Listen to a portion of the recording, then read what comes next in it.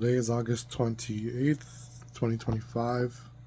It's 11:36 p.m. I just want to get on here and speak a little bit about what I feel like is going on because I do feel stressed, and this might be something that others are going through. I don't think anyone's ever watched my videos before, but at the same time, there's something in me that just wants to express and document what I go through.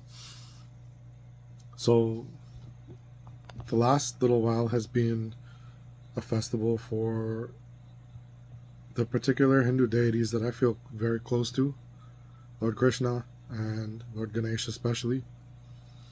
And I've tried my best to, even to the degree of fasting and following the certain behavioral conduct that is most appropriate for venerating these sacred energies.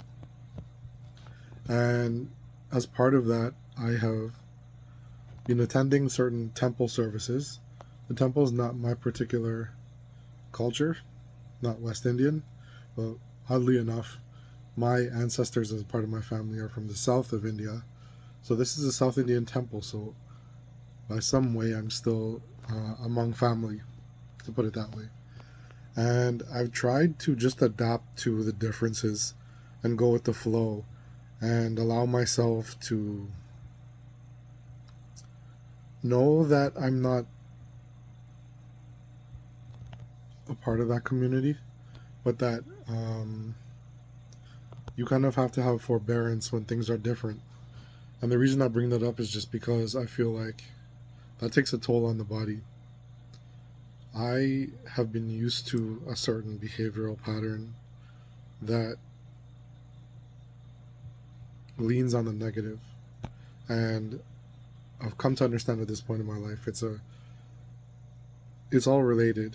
It's part of ADHD, it's a part of trauma, it's a part of um, just the society I live in, feeling like I don't fit in with people, and so I often just go to myself. And these are things that are like self-stimulating activities. When I was a child, it was video games excessively to the point that I would have blisters on my thumb. And then later on, there's always something, always becomes something. And in some cases, it was good because I would play basketball for hours and hours, but the particular street ball type. And I became very good at, trick dribbling, and I could dunk a basketball on a 10-foot net at one point. So that was a positive. There was a time it was skateboarding, started also getting very good at skateboarding because I have a naturally athletic body, but I never really understood when I was younger how to go with a certain program to make consistent progress. When I was younger, I competed in track and field, and I came fourth in the city for a certain thing, but I didn't even know what I was there for. I just thought it was a nice way to get out of class and be outside and meet people, which is a very Gemini thing, to just socialize with new people and all that. So, why I go back to that is because sometimes the application of excessiveness is positive. That's how I became a good drummer. That's how I became a singer. Different things. Poetry, a lot of different things, but there's also the negative side of it where it's applied to, as I've said, masturbation, pornography. It came into adult webcamming, and I've always tried to be transparent about these things because when I was younger, someone made a comment about my eyebrows and said, "Oh, he has nice eyebrows. We'll get a nice dowry for him." It was just a joke, but it made me realize at one point that would have been true. That even though our ancient culture recognizes gender diversity and all these different ways that the divine source can manifest itself as a human, um, though ultimately you're supposed to be overcoming attachment. I just mentioned that I have always I've never been attracted to females. That's how I feel. And I said, it's never going to happen to me that I'm going to get pressured into a marriage with a female and then have to feel trapped and then be the bad person because, I'm sneaking around doing things to get my needs met. So I was very vocal about who I am. And coming back to that point of why I'm bringing this up is because transparency has always been something I value, because when you're not hiding anything, people can't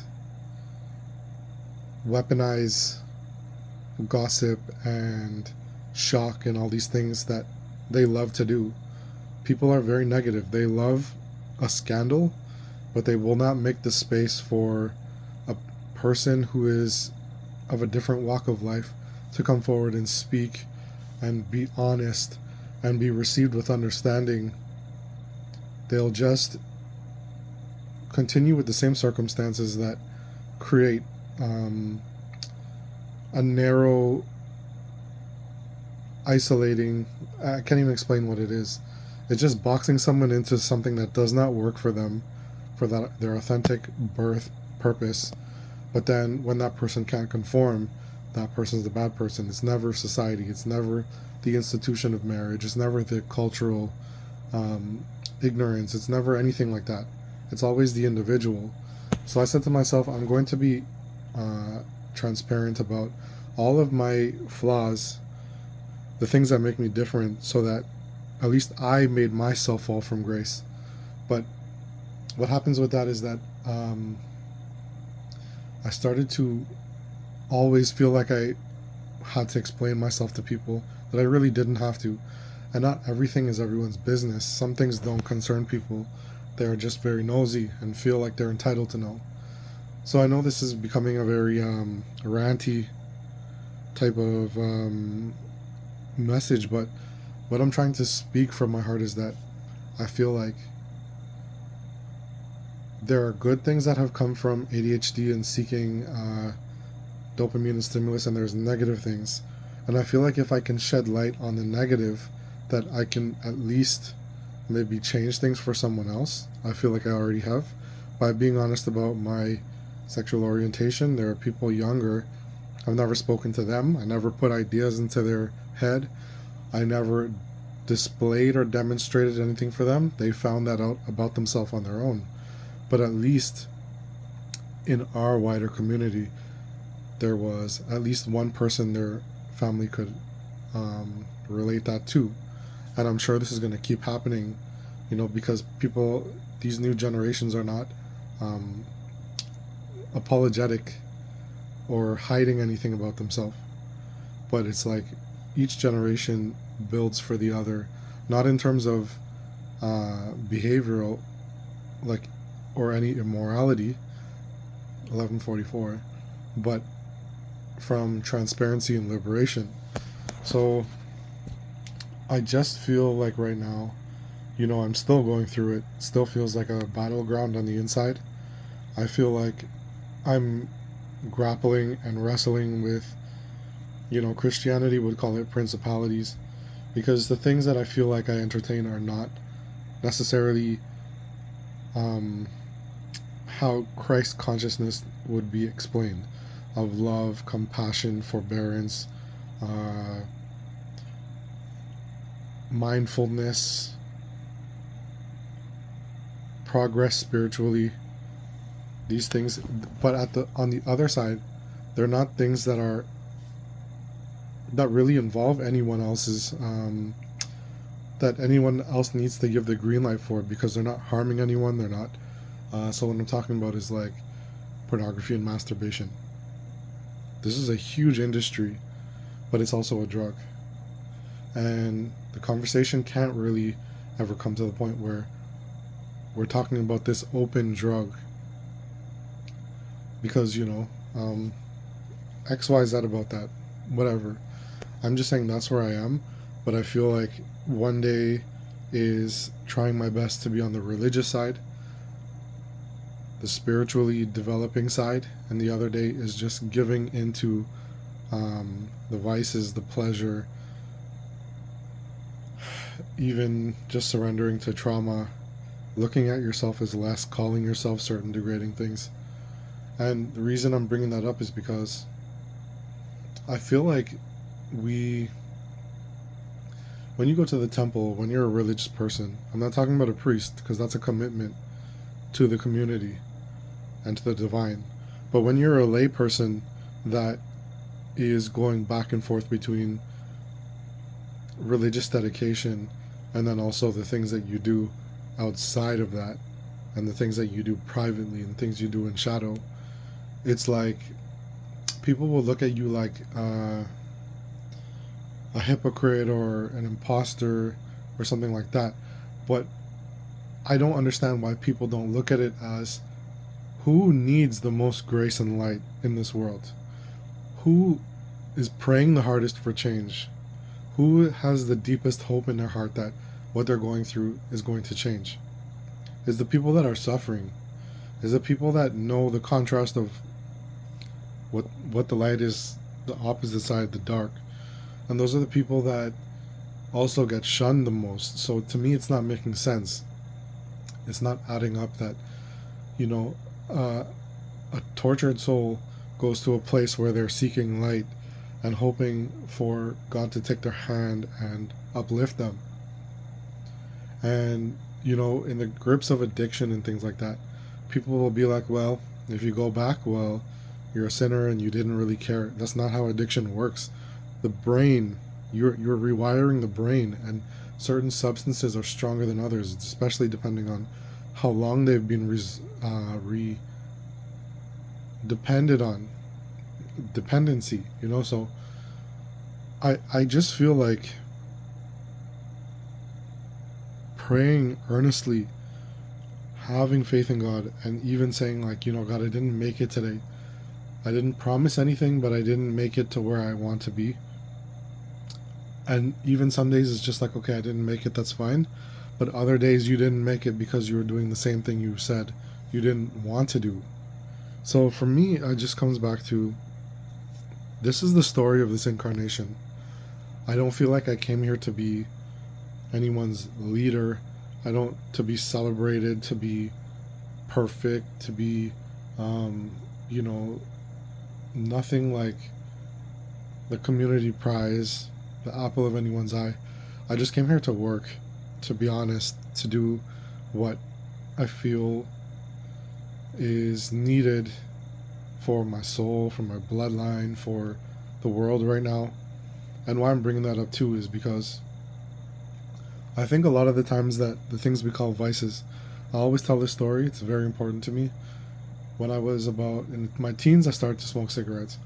And I knew that I didn't want to get hooked, but I started to feel that urge. It's like you're just sitting down and it's like something's calling you, pulling you outside to go have a smoke.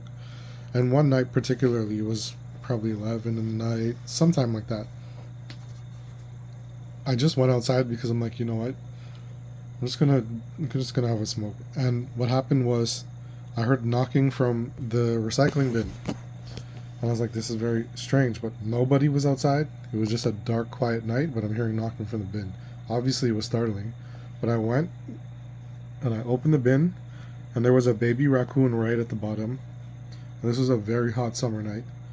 And the recycling had just been emptied. It's a huge, tall bin here in where I live. And the baby crawled in there for some can or something and could not get out.